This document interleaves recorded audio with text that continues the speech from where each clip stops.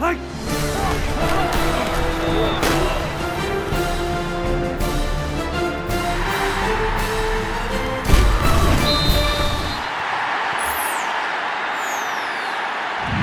the Opelka Studios in Oklahoma City, you're watching an OSU update. I'm Jenny Carlson. The question of quarterback and who's going to play against Texas is obviously loomed large for Oklahoma State. Gina Mizell joins us on the phone. Gina, you've been following this all week. It looks like it's probably going to be J.W. Walsh that's going to be out there Saturday against Texas. Huge opportunity for him. How is he approaching this game?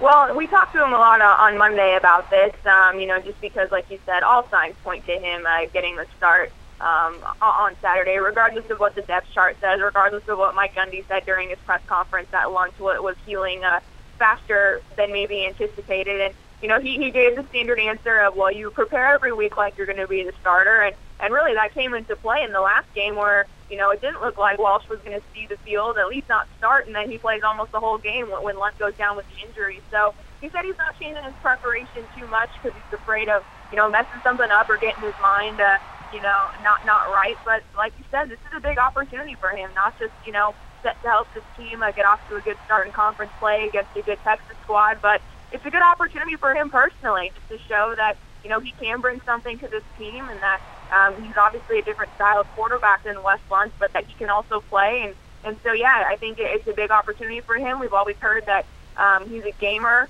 I hate to use that cliche term, but that's what we've heard. And so he'll get a big chance to prove that again against the Longhorns on Saturday night. You got to try to make it as normal as possible because, no matter where you are on the depth chart, you got to prepare like every day. You're one play away. And, if you prepare that way and you prepare like you're the starter, then like when you do get a chance, you're prepared and ready to go for the team. You mentioned he's a different skill set than Wes Lunt, more of a dual threat run quarterback than the pocket passer Wes Lunt.